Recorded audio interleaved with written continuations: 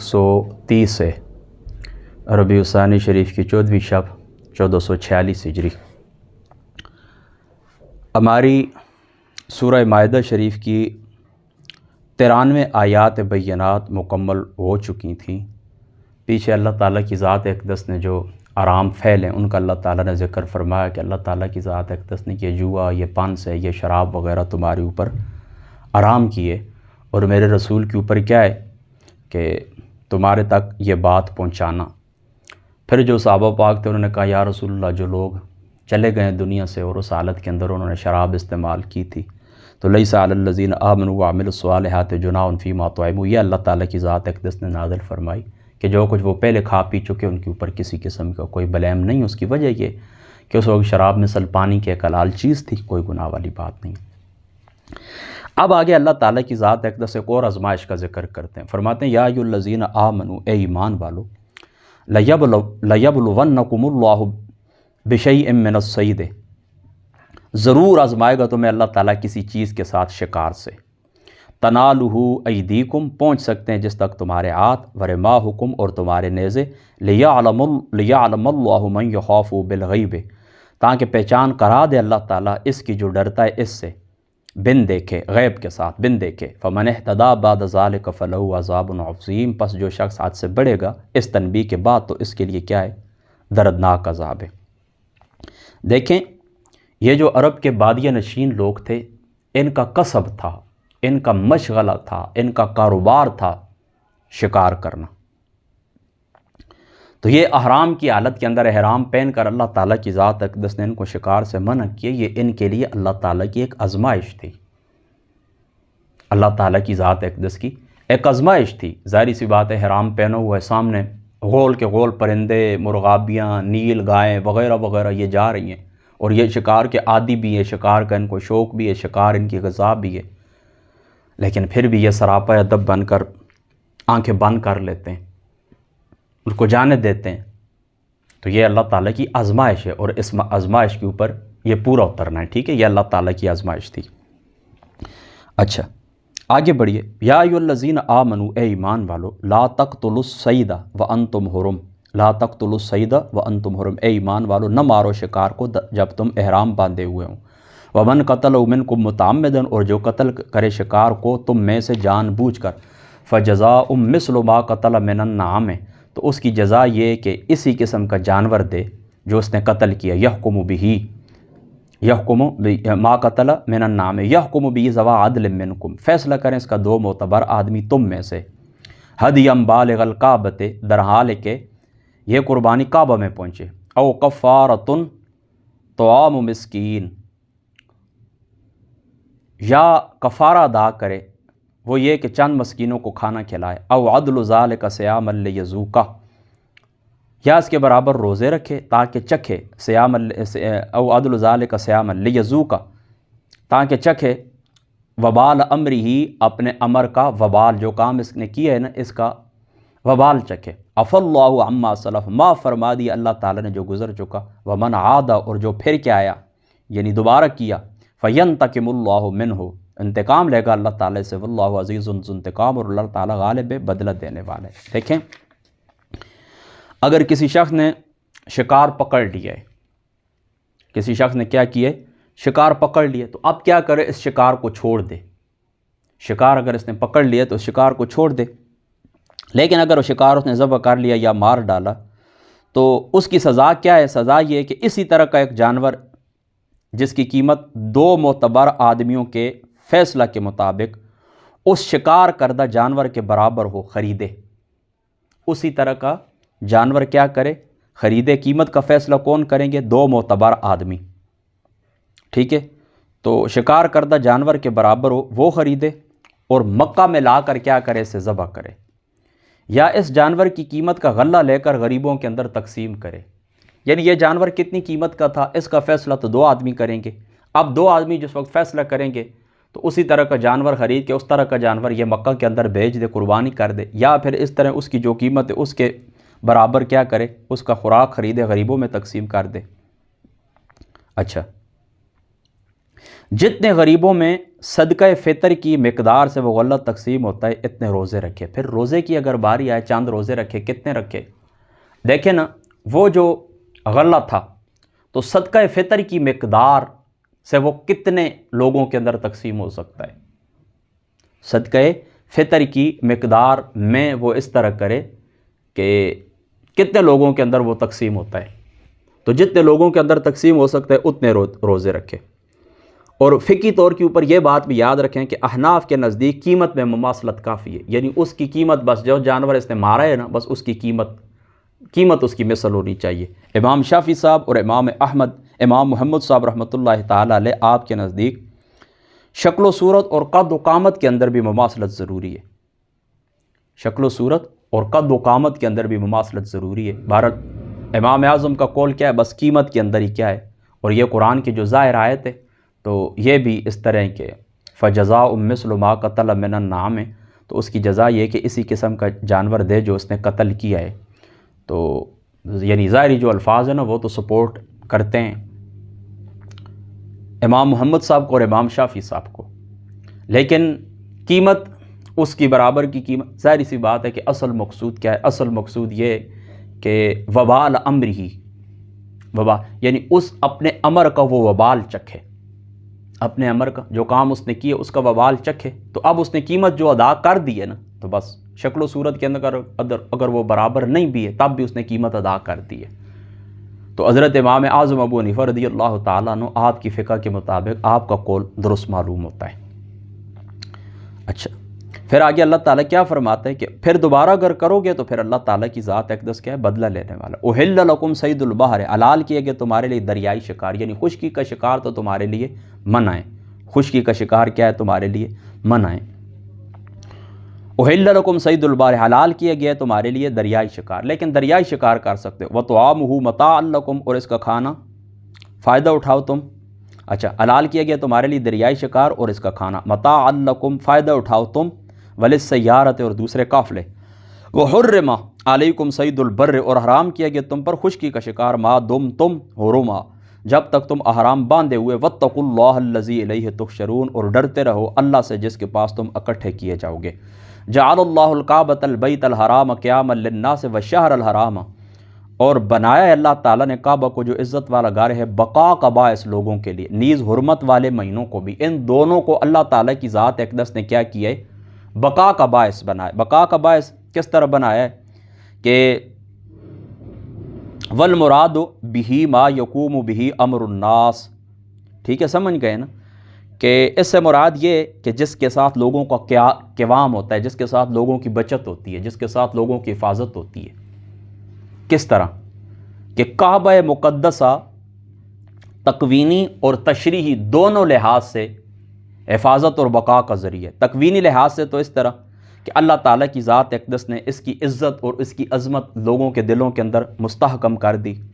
اس زمانے کے اندر بھی جزیرہ عرب میں جب کسی قسم کو کوئی قانون نہیں تھا، لا قانونیت تھی، تو قتل و غارت کا بازار گرم تھا، لیکن اس کے باوجود بھی اگر کوئی قاتل، بڑے سے بڑا کوئی قاتل، کسی کے باپ کو کسی نے قتل کیوں نہیں کیا ہوتا، وہ آ کر کعبے کے اندر پناہ لیتا، حرم کے اندر وہ آ جاتا، اس کو چھٹی مل جاتی، اس کے ساتھ کوئی اعراض نہیں کیا کرتا تھا، اس کے ساتھ کوئی کسی قسم کا اعراض نہیں کیا۔